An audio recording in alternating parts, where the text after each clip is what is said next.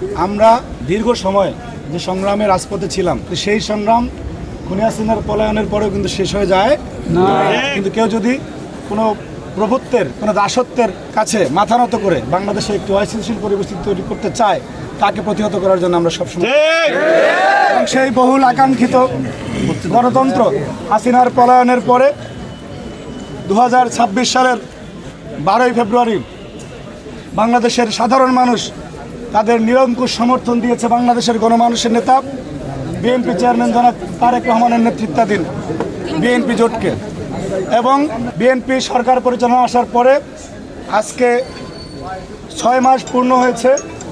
আপনার 17ই ফেব্রুয়ারি 2026 থেকে আজকে 17ই আগস্ট 2026, এই 6 মাস পূর্ণ এবং গণতান্ত্রিক সরকারের সফলতার পথ চলা এবং বাংলাদেশের সাধারণ মানুষের জন্য যে সামাজিক ন্যায় বিচার এবং সুশাসন নিশ্চিত করার জন্য যে তারেক রহমানের নেতৃত্বাধীন সরকারের পথ চলা, সেই 6 মাস পূর্ণ উপলক্ষে আমরা আজকে এই মিছিল করলাম।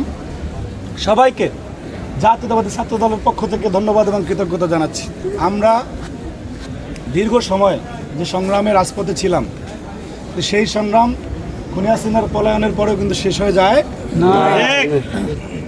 আমাদের নেতা জনাব তারেক রহমান বলেছিলেন যে একটি অদৃশ্য শক্তি বাংলাদেশের গণতান্ত্রিক ব্যবস্থায় পুনর্বর্তনের ক্ষেত্রে বাধা হয়ে যেতে পারে, এবং পরবর্তীতে আমরা দেখেছি সেই শক্তি গুপ্ত শক্তি থেকে দৃশ্যমান হয়েছিল এবং গণতান্ত্রিক ব্যবস্থা বাধাগ্রস্ত করার জন্য কিন্তু তারা অপচেষ্টা করেছিল। এবং তারেক রহমানের নেতৃত্বাধীন সেই সরকার শপথ নেওয়ার পর থেকে আমরা দেখেছি বাংলাদেশের শিক্ষা প্রতিষ্ঠানগুলো থেকে শুরু করে অনেক জায়গায় তারা ইন্টেনশনালি মবক্রেসি তৈরি করে বা কোনো একটি পরিস্থিতি তৈরি করে মানুষের ম্যান্ডেট পাওয়া একটি সরকারকে বিভ্রান্ত করতে চায় এবং তাকে ব্যর্থ করতে চায়। কিন্তু তারা আসলেই ভুলে যাচ্ছেন যে এই তারেক রহমানের নির্দেশে দীর্ঘ 1.5 দশক বাংলাদেশের সাধারণ শিক্ষার্থীদেরকে সাথে নিয়ে জাতীয়তাবাদী ছাত্র দলের মতো একটি সংগঠন যারা সংগ্রাম করেছে, তারা এখনও রাজপথে রয়েছে এবং তাদের নেতা আজকে বাংলাদেশের প্রধানমন্ত্রী। সুতরাং তারেক রহমানকে ব্যর্থ করে দেওয়ার যে অপচেষ্টা, সেটিকে রুখে দেওয়ার জন্য জাতীয়তাবাদী ছাত্র দলের।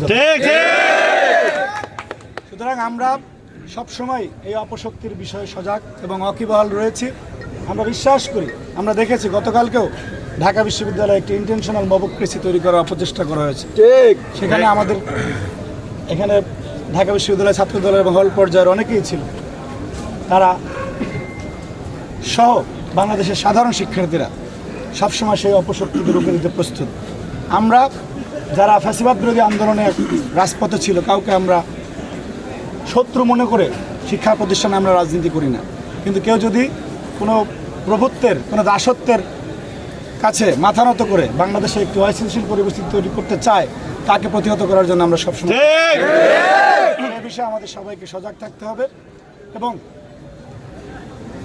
আপনারা অনেকেই আসলে শুনতে চান আমার কাছ থেকে অন্য বিষয়ে একটা কথা। দেখেন, আমরা সংগঠন করি, আমাদের জাতীয়তাবাদী ছাত্র দলের সাংগঠনিক অভিভাবক বিএনপি চেয়ারম্যান জনাব তারেক রহমান, বিএনপির হাইকমান্ড, তারা যখনই মনে করবে যে সংগঠনের বিষয়ে কোনো সিদ্ধান্ত নেওয়া দরকার, জরুরি, সেটি সংগঠনের হাইকমান্ডের বিবেচ্য বিষয়। আমাদেরকে যেই সিদ্ধান্ত সংগঠন দিবে, সংগঠনের স্বার্থে আমরা সবসময় সেই সিদ্ধান্ত মেনে নিয়ে বিগত দিনও আন্দোলন করেছি, রাজপথে ছিলাম। শতভাগ আনুগত্য, আস্থা, বিশ্বাস সংগঠনের হাইকমান্ডের প্রতি আমাদের রয়েছে। আমরা বিশ্বাস করি বাংলাদেশের সাধারণ শিক্ষার্থীদের সেন্টিমেন্টকে ধারণ করে আমাদের হাইকমান্ড সবসময় রাজনীতি করেছে এবং আগামীতে করবে ইনশাআল্লাহ।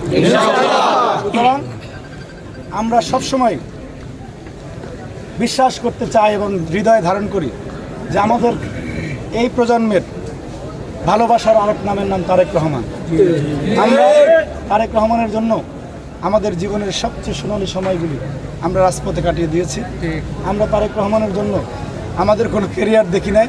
আমরা তারেক রহমানের জন্য উনি একবার ওনার কণ্ঠ শুনলে আমরা সতেজ হয়ে যেতাম। মনে আছে আপনাদের?